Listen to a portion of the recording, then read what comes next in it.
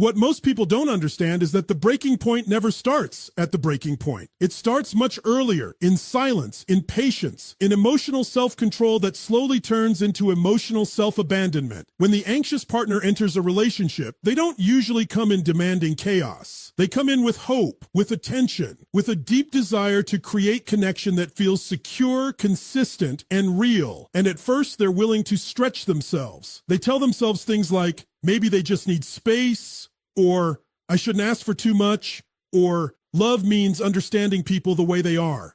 On the surface, this looks like maturity, but psychologically, something more subtle is happening. They begin to override their own emotional signals in order to preserve the bond. And this is where the silent buildup begins. Every time they feel ignored but don't say anything, every time they feel confused but choose patience instead of clarity, every time they feel a small emotional withdrawal from the avoidant partner but convince themselves it's nothing serious, a small internal debt is created, not to the other person, but to themselves. A debt of unmet needs, a debt of unspoken truth, a debt of emotional truth delayed. At first, the system can handle it. Human beings are incredibly adaptive. We can normalize almost anything if the reward feels meaningful enough. And for the anxious partner, even small moments of connection become powerful reinforcement. A text message after hours of silence, a brief moment of affection after emotional distance. These moments become oxygen. And ironically, the more inconsistent the connection becomes, the more powerful those small moments feel.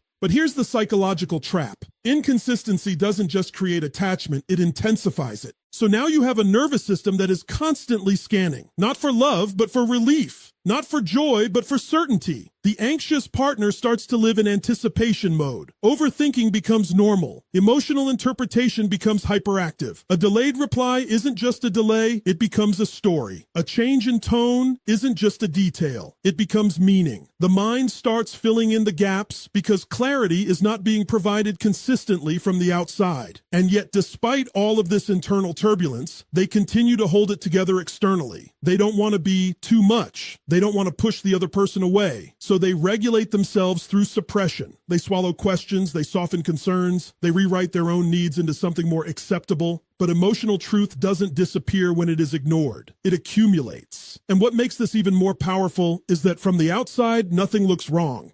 That's the most deceptive part. There may not be loud fights. There may not be visible conflict. There may even be moments of laughter, intimacy, and reconnection. But internally, the emotional system is beginning to fracture in slow motion because connection without consistency creates confusion, not safety. The anxious partner is essentially living in two realities at the same time. One reality is the relationship as it appears. The other is the relationship as it is felt. And over time, the gap between those two realities becomes unbearable. This is why the snap later is never about one moment. It's about everything that was never said finally demanding to be felt. And in that quiet buildup, long before any explosion, the most important thing has already happened. The anxious partner has stopped feeling emotionally safe, not because love didn't exist, but because their emotional reality was never fully met with stability.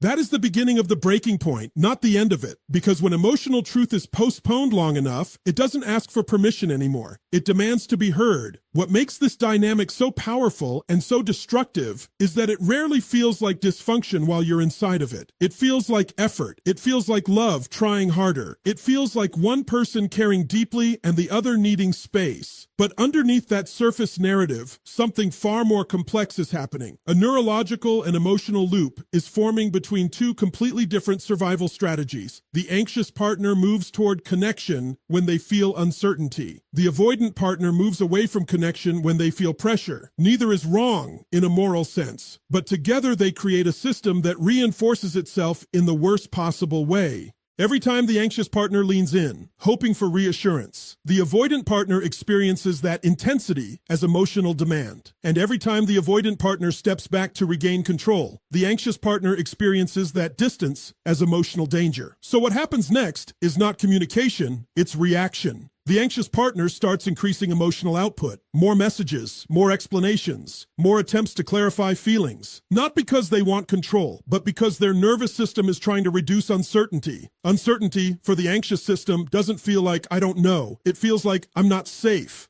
So the pursuit intensifies. It becomes subtle at first. checking in more often, over-explaining emotions, seeking reassurance in indirect ways, but over time, it can escalate into urgency. On the other side, the avoidant partner doesn't interpret this urgency as connection. They interpret it as pressure. And pressure, in their internal wiring, translates to loss of autonomy. So they respond the only way their system knows how, by creating distance. They delay replies. They emotionally compartmentalize. They shift focus to work, routines, or solitude. Not necessarily because they don't care, but because closeness without control feels overwhelming. And now the cycle is fully alive. The more the anxious partner pursues, the more the avoidant partner withdraws. The more the avoidant partner withdraws, the more the anxious partner escalates pursuit. This is where the relationship stops being two people and starts behaving like a closed emotional circuit. Each reaction feeds the other person's fear. What makes this particularly painful is that both partners begin to develop distorted interpretations of each other's behavior. The anxious partner starts thinking, if they really cared, they would come closer. The avoidant partner starts thinking, if they really trusted me, they wouldn't need so much reassurance. Both are interpreting behavior through their own nervous system, not the reality of the other person's emotional experience. And slowly, intention gets replaced by interpretation. A delayed response is no longer just timing, it becomes rejection. A request for space is no longer just regulation, it becomes abandonment. Each side begins to assign emotional meaning to behaviors that were never communicated clearly in the first place. And once meaning is assigned, it starts shaping identity inside the relationship. The anxious partner begins to see themselves as too much. The avoidant partner begins to see themselves as never enough. And ironically, both of these identities push them further into their original survival patterns. So what looks like a relationship problem is actually a nervous system mismatch being acted out in real time. One system is trying to restore closeness through pursuit. The other is trying to restore safety through distance. But neither strategy creates the outcome they actually want. And here's the deeper truth most people miss. Both strategies are rooted in protection, not love failure. The anxious partner is protecting against disconnection. The avoidant partner is protecting against overwhelm. But when protection strategies collide, connection becomes collateral damage. This is why the cycle feels so exhausting, because no one is truly being seen in the way they need. Each interaction becomes a translation error between two emotional languages that were never designed to automatically understand each other. And over time, that misunderstanding doesn't just create distance, it creates emotional fatigue. The kind of fatigue that no single argument causes. It's the exhaustion of constantly trying to close a gap that keeps reopening itself. That is the trap of the push-pull dynamic. Not that love isn't present, but that both people are using survival strategies that unintentionally keep love out of reach. And eventually, that tension has to go somewhere. The moment people call the snap is usually misunderstood. From the outside, it looks sudden. It looks emotional. It looks like something breaking out of nowhere. But psychologically, nothing about it is sudden. It is one of the most predictable emotional outcomes in human relationships. Because no system can suppress truth indefinitely without eventually forcing expression. What actually happens is not an explosion. It is a release of accumulated emotional suppression that has been held together by effort, hope, fear, and self-control for far too long. Think about what the anxious partner has been doing up to this point. They've been interpreting distance instead of receiving clarity. They've been managing uncertainty instead of resolving it. They've been softening their needs so the relationship doesn't feel too heavy. And most importantly, they've been adapting their emotional truth to preserve connection. That last part is critical, because every time someone chooses connection over honesty in a repeated pattern, they start disconnecting from themselves. And that is where the real pressure builds, because human emotion doesn't disappear when it is not expressed. It compresses, it moves inward, it gets stored in the body as tension, in the mind as overthinking, in the nervous system as hypervigilance. The anxious partner doesn't just feel one moment of neglect. They accumulate hundreds of micro experiences that were never fully processed. A delayed message that was brushed off. A conversation that was never finished. A feeling that was minimized with, "It's not a big deal." A moment where they wanted to speak but chose silence instead. Individually, none of these seem significant. But psychologically, they function like emotional deposits into a system that never releases them. So what looks like patience from the outside is actually internal compression. suppression. And then something shifts. It can be a small trigger, a tone change, a missed expectation, a moment of emotional distance that mirrors all the previous moments. But the trigger is not the cause. It is simply the final drop in a system that is already full. At that point, the nervous system stops negotiating. It stops softening. It stops filtering. And what emerges is raw emotional truth that has been held back for survival purposes. This is why the snap often carries such intensity. It is not proportional to the last moment. It is proportional to everything that was never expressed before it. That's what makes it confusing for the other partner. They are responding to a present moment, while the anxious partner is reacting to a full emotional timeline. In that moment, what the anxious partner is really saying is not just, I'm upset. It is, I can no longer carry what I have been carrying quietly. It is a collapse of emotional regulation that has been overused for the sake of maintaining connection. And here's where the deeper psychological layer appears. The snap is often accompanied by clarity that was previously suppressed. Suddenly, everything that felt small starts connecting into a larger pattern. Not because reality changed, but because perception finally stopped being filtered through fear of loss. The anxious partner is no longer asking, how do I keep this together? They are asking, why have I been tolerating this version of connection? That shift is powerful because it moves them out of attachment survival mode and into emotional truth recognition. But it also feels disruptive because the system they were operating in depended on their silence. The relationship may have appeared functional precisely because their needs were being downregulated internally. Once that regulation breaks, everything that was hidden becomes visible at once. And that visibility can feel overwhelming, not just for the avoidant partner, but for the anxious partner themselves, because they are suddenly confronted with the full weight of what they have been absorbing without acknowledgement. This is why the snap is not the end of control. It is the end of suppression. It is the moment where emotional truth overrides emotional management. And whether the relationship survives, what comes next depends on something deeper than love or attachment. It depends on whether both people are willing to recognize that what just surfaced was not destruction. It was information that had been waiting too long to be heard, because what finally breaks in that moment was never the relationship first. It was silence. And once silence breaks, truth becomes impossible to ignore. From the avoidant partner's perspective, the snap often feels like it came out of nowhere. One moment things were manageable, even calm on the surface, and the next moment there is intensity, emotion, questions, sometimes anger, sometimes tears, sometimes a level of expression that feels disproportionate to what just happened. And in that confusion, the avoidant nervous system does what it has been trained to do for years. It searches for distance, explanation, or escape. But what they are reacting to is not just the present moment. They are reacting to the sudden visibility of everything that has been building quietly in the background. The avoidant partner is often not disconnected from emotion. They are skilled at compartmentalizing it. That distinction matters. Compartmentalization allows them to function in relationships without being overwhelmed by emotional intensity. It is a strategy that once helped them feel safe, controlled, and stable. But the cost of that strategy is that emotional signals from the other partner often get minimized, delayed, or unintentionally dismissed. So when the anxious partner begins expressing everything at once, it doesn't match the avoidant partner's internal model of reality. In their mind, nothing seemed that serious. They remember small conversations, brief disagreements, moments that were quickly moved past. They don't see the accumulation because their system is built to de-escalate emotional data rather than store it at full intensity. And that is where the misalignment becomes critical. To the avoidant partner, emotional safety is associated with space, independence, and low-intensity interaction. So when emotional intensity rises, their instinct is not curiosity, it is regulation through distance. They don't interpret closeness as, we need to go deeper here. They often interpret it as, this is becoming too much to handle right now.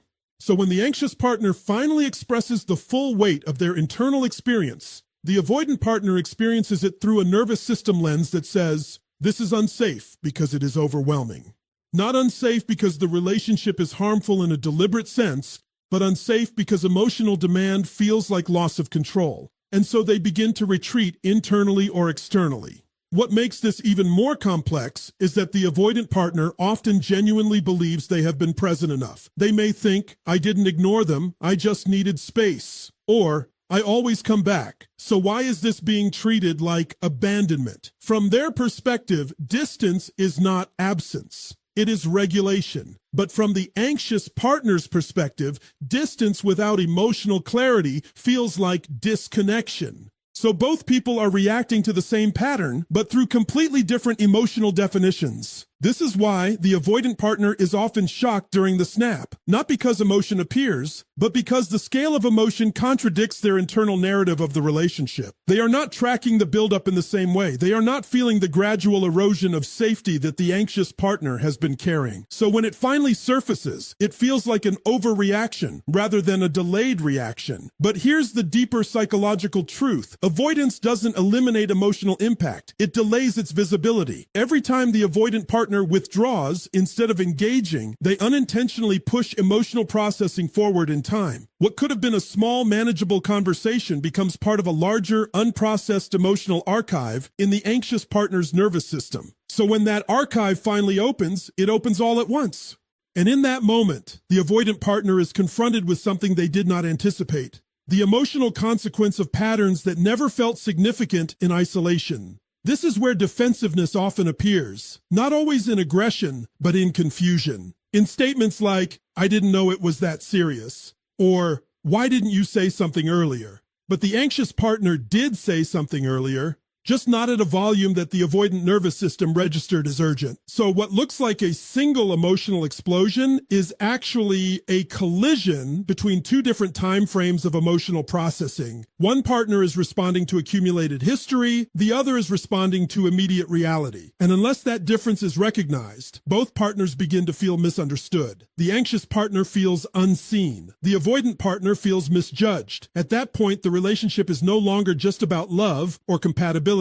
It becomes about awareness, whether each person can step outside their own nervous system interpretation long enough to understand the other's internal logic. Because without that awareness, the avoidant partner will continue to see the snap as sudden, and the anxious partner will continue to see it as inevitable. And between those two perceptions, connection becomes the first casualty of misunderstanding. After the snap, something very important happens that most people completely misunderstand. They think the emotional peak is the end of the story. In reality, it's the beginning of a decision point, a turning point where the entire structure of the relationship either evolves into awareness or collapses back into repetition. Because what just happened is not just conflict, it is exposure. The invisible patterns that were working underneath the surface have now become visible to both people. And once something becomes visible, it can no longer be unknowed. This is where the relationship enters a psychological fork in the road. One path is awareness, the other is autopilot repetition. If neither partner has the tools to understand what just happened, the system defaults back to its original programming. The anxious partner, still in emotional activation, may oscillate between intensity and regret, feeling too much, then feeling guilty for feeling too much, then trying to repair quickly to restore connection. The avoidant partner, still experiencing emotional overload, may retreat further, minimize the incident, or attempt to reset the relationship by returning to normal without processing what changed. On the surface, that can look like resolution. Conversations calm down. Communication resumes. There may even be moments of closeness again. But underneath, nothing has actually transformed. The same nervous system patterns are still intact. The same interpretations still exist. The same emotional reflexes are still driving behavior.